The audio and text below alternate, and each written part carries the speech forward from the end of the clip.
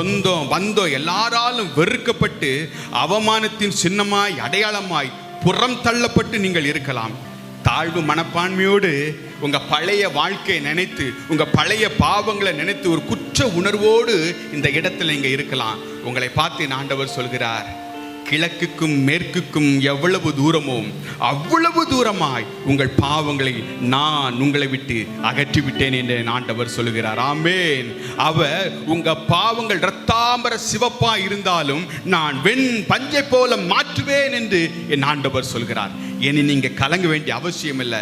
நீங்க அடிக்கடி நினைக்கிற காரியம், என்னுடைய பழைய வாழ்க்கை நிமித்தம், என்னுடைய பழைய பாவங்கள் நிமித்தம் தான் தேவன் என்னை ஆசீர்வதிக்காமல் இருக்கிறாரோ, என் ஜெபத்தை கேட்காமல் இருக்கிறாரோ என்று சொல்லி நீங்கள் யோசித்துக் கொண்டே இருக்கலாம். இன்றைக்கு ஆண்டவர் சொல்கிறார், நான் என்றைக்கு உங்களுக்காக சிலுவையில் என் ஜீவனை கொடுத்தேனோ அன்றைக்கே உங்கள் பாவங்கள் மாறியது, உங்கள் சாபங்கள்